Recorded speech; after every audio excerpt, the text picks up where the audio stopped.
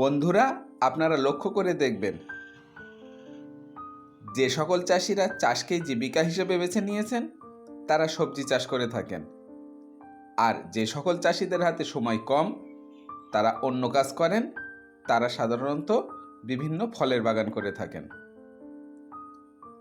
অর্থাৎ যারা সময় দিতে পারেন তারা সবজি করেন, আর যারা সময় দিতে পারেন না তারা বাগান করেন। এটা বলার অপেক্ষা রাখে না সবজি চাষে আয় বেশি, অর্থাৎ সবজি চাষই বেশি লাভজনক। বাগান যারা করেন তারা বছরে একবারই ফল বিক্রি করে যা লাভ করার করেন, সারা বছর আর কোনো আয় থাকে না।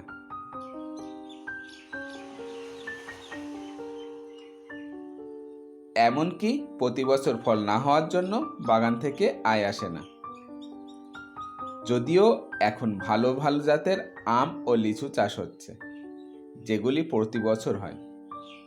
কাঁঠালের ক্ষেত্রে অবশ্য প্রতি বছর না হওয়ার সমস্যা থাকে না।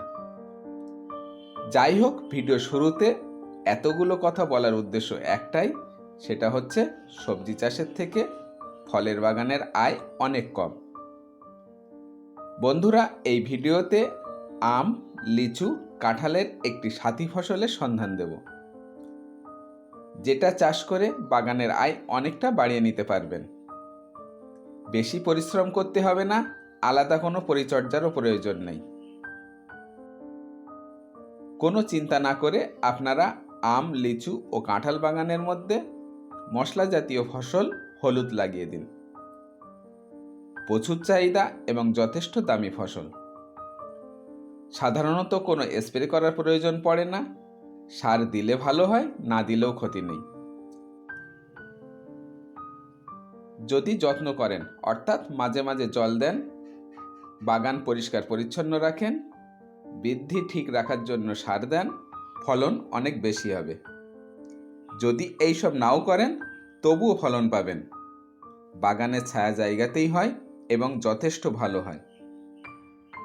তবে যদি সার দেন, রাসায়নিক সার দেবেন না, শুধুমাত্র গোবর সার ব্যবহার করুন, হলুদের গুণগত মান খুবই ভালো হবে। রোগবালাই এবং পোকামাকড়ের আক্রমণ হলুদ গাছে খুবই কম। কাণ্ড ছিদ্রকারী পোকা, পাতামোড়া পোকা ও অল্প কয়েক ধরনের পোকা হলুদ গাছে লাগে। আর ছত্রাক ঘটিত রোগের মধ্যে লিফ স্পট, লিফ ব্লস এবং কন্দপচা রোগ দেখা যায়। সামান্য পরিচর্যা করলেই এই রোগগুলো থেকে আপনি আপনার গাছকে বাঁচাতে পারবেন। যদি আপনারা হলুদ গাছের ওপর পূর্ণাঙ্গ ভিডিও চান, তবে এই রোগ ও পোকা বিষয়ে বিস্তারিত আলোচনা করা হবে। এই ভিডিওটির উদ্দেশ্য শুধু এই সাথী ফসলটির সন্ধান দেওয়া, যাতে আপনারা বাগান থেকে বাড়তি আয় করতে পারেন। কন্দপচা রোগটি দেখা দিলে অবশ্যই স্প্রে করবেন। যদি দেখেন আপনার গাছ শুকিয়ে যাচ্ছে, তাহলে গাছটি ধরে আলতো করে টান দিন। কন্দপচা হলে সহজে গাছটি ছিঁড়ে বেরিয়ে আসবে।